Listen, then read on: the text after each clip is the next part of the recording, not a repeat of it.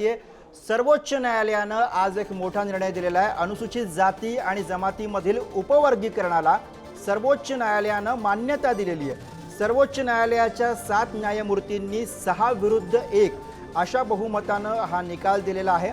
या निर्णयानं SC/ST आरक्षणामध्ये राज्यांना उपवर्गीकरण करण्याची परवानगी देण्यात आलेली आहे। सर्वोच्च न्यायालयानं दिलेला हा मोठा निर्णय म्हणून याकडे बघावं लागेल।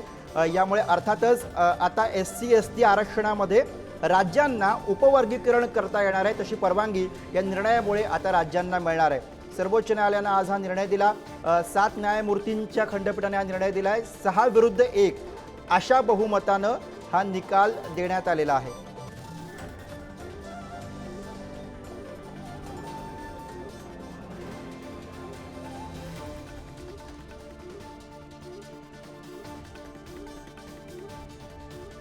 तर हे प्रकरण आपण समजून घेऊया आणि त्याचबरोबर कोणते महत्त्वाचे मुद्दे हे आज सुप्रीम कोर्टानं हा निर्णय देताना निकाल देताना मांडलेले आहेत तेही आपण जाणून घेऊया। दिल्लीतनं प्रतिनिधी शिवाजी काळे आपल्यासोबत आहे। शिवाजी,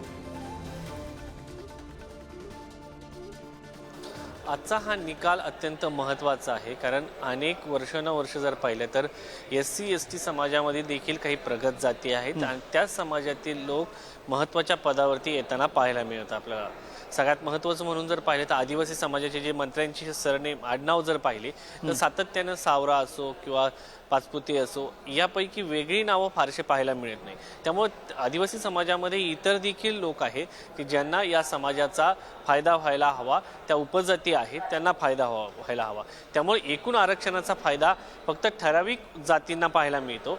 त्यामुळं उपजाती ज्या आहेत त्यांना जर आरक्षणामध्ये सब कॅटेगरीज करून त्यांना अधिक फायदा दिला तर याचा फायदा त्याच मागास जातींना होऊ शकतो। हा एक मुद्दा या निमित्ताने उपस्थित झाला होता आणि त्याला आता हिरवा कंदील मिळाला आहे। दुसरीकडे एक मुद्दा हा होता की आदिवासी समाजातील असो किंवा SC/ST दोन्ही समाजातील असो, या दोन्ही समाजामधील अनेक लोक जे आहेत ते मोठ्या पदावरती येतात, IAS अधिकारी होतात, मात्र त्यांना नॉन क्रिमिलियरची मर्यादा नसते। आता एका घरामध्ये जर 8 लाखापेक्षा अधिक उत्पन्न असतं तरीही त्यांना या सगळ्या याच्यामध्ये बरोबर आहे शिवाजी। आता या सगळ्यावरती प्रतिक्रिया सुद्धा येणार आहेत आणि त्या प्रतिक्रिया सुद्धा तितक्याच महत्त्वाच्या असणार आहेत। कसं या निर्णयाचं स्वागत केलं जाणार आहे हे सुद्धा बघावं लागेल। रिपब्लिकन सेनेचे आनंदराज आंबेडकर सध्या प्रतिक्रियासाठी आपल्या सोबत आहेत। आनंदराजजी, ही बातमी आता समोर येते आहे, कोर्टानं निर्णय दिलेला आहे, तुमची या निर्णयावरची पहिली प्रतिक्रिया? माझं मत आहे की कोणी या जगाने सब सेक्शन करायचं ठरवलंय हे खरं म्हणजे दुर्दैवी आहे, कारण SC आणि ST मध्ये अनेक जाती येतात आणि प्रत्येक जातीला असं डिव्हिजन करून कसं काय देणार हे मला अजूनही न कळलेलं कोडं आहे। बरोबर, काही एवढ्या मायनर आहेत की त्यांना मग 0% सुद्धा येऊ शकतं अशी परिस्थिती आहे आणि त्यामुळे मग त्यांना वगळणार का? तर ते हे जे काही केलेलं आहे हे त्याच्यामुळे एक तर जाती ह्या व्यवस्था अत्यंत घट्ट होईल आणि आपसामध्ये जातीमध्ये वाद लागतील।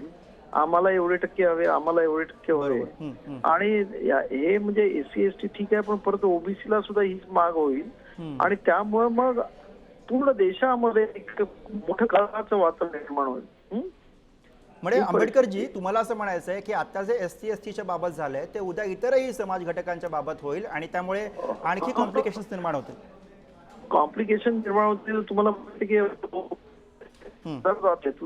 काय डिव्हिजन करणार 27%? तर हे सर्व जे काही आहे ते प्रॅक्टिकल आहे का, हा महत्वाचा सुप्रीम कोर्टाने विचार करायला पाहिजे होता आणि या जाती खरं म्हणजे संपवायला पाहिजे आणि एक दिलाने एक दिनच भारतीय म्हणून सर जगायला पाहिजे, परंतु आज दुर्दैवाने असा निर्णय आलाय त्यामध्ये जाती व्यवस्था घट्ट होईल आणि त्यामुळे आमच्या कलर राहून अख्ख्या देशामध्ये एक कलहाचं वातावरण निर्माण होईल। एक वेळा असंतोष आणि एक वेळा संशयाने बघण्याची परिस्थिती होईल, अशी परिस्थिती आहे। ओके, चालेल। धन्यवाद आंबेडकरजी या प्रतिक्रियेसाठी। तर आनंदराज आंबेडकर यांनी दिलेली ही प्रतिक्रिया, यामुळे संभ्रमाचं वातावरण निर्माण होईल अशी प्रतिक्रिया आनंदराज आंबेडकर यांनी दिलेली आहे। तर सुप्रीम कोर्टानं दिलेला हा मोठा निर्णय म्हणून याकडे बघावं लागणार आहे। अनुसूचित जाती आणि जमातीमधील उपवर्गीकरणाला सर्वोच्च न्यायालयानं मान्यता दिलेली आहे।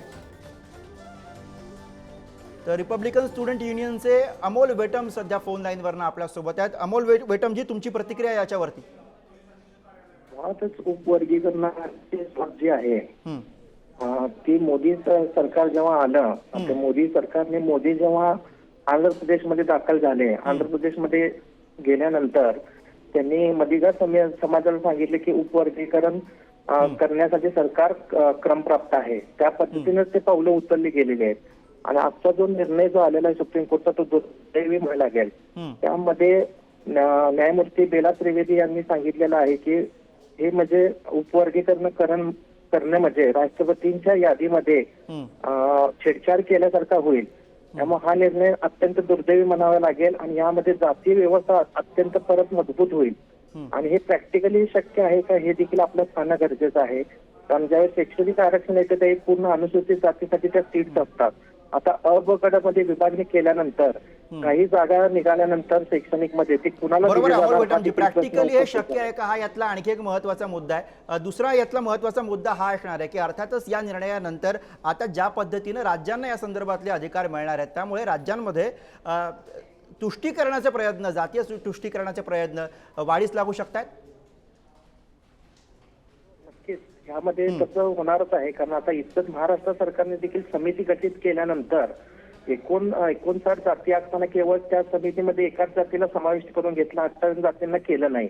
त्यामुळे ही आकडेवारी जी येणार आहे नेमकं कोण पुढारलेलं आहे किंवा कोण मागासलेलं आहे हे देखील कळत नाही. आणि शासनाचं धोरण हे संविधान विरोध, आरक्षण विरोध असल्यामुळे बरोबर, संविधान विरोधी हा निर्णय आहे अशी प्रतिक्रिया तुमच्याकडनं घेते. धन्यवाद या प्रतिक्रियेसाठी. आणि आता थेट जाऊयात, ज्येष्ठ वकील सिद्धार्थ शिंदे सध्या प्रतिक्रियेसाठी आपल्या सोबत आहेत. सिद्धार्थजी, निर्णय एकीकडे त्यावरती तुमची पहिली कमेंट्स द्या, पण त्याच जोडीनं आणखी काही आक्षेप नोंदवले जात आहेत याविषयी आपण ज्या प्रतिक्रिया घेतोय त्यानुसार प्रॅक्टिकल इम्प्लिमेंटेशन या सगळ्याचं शक्य आहे का, हा यामध्ये महत्त्वाचा मुद्दा उपस्थित केला जातोय. बघा, आपल्या राज्यघटनेचा अनुच्छेद 341 म्हणतं की SC/ST मध्ये जे वर्गीकरण केलं जाईल ते फक्त राष्ट्रपतींना अधिकार आहे, म्हणजे केंद्र सरकारला. आणि 2004 मध्ये सुप्रीम कोर्टाने हे अपहोल्ड केलं होतं. पण आता आज सरन्यायाधीशांच्या कॉन्स्टिट्यूशन बेंचनी 6:1 म्हणजे 7 जज बेंचनी असा निर्णय दिलेला आहे की राज्यांना पण आता SC/ST मध्ये वर्गीकरण करण्याचा अधिकार आहे.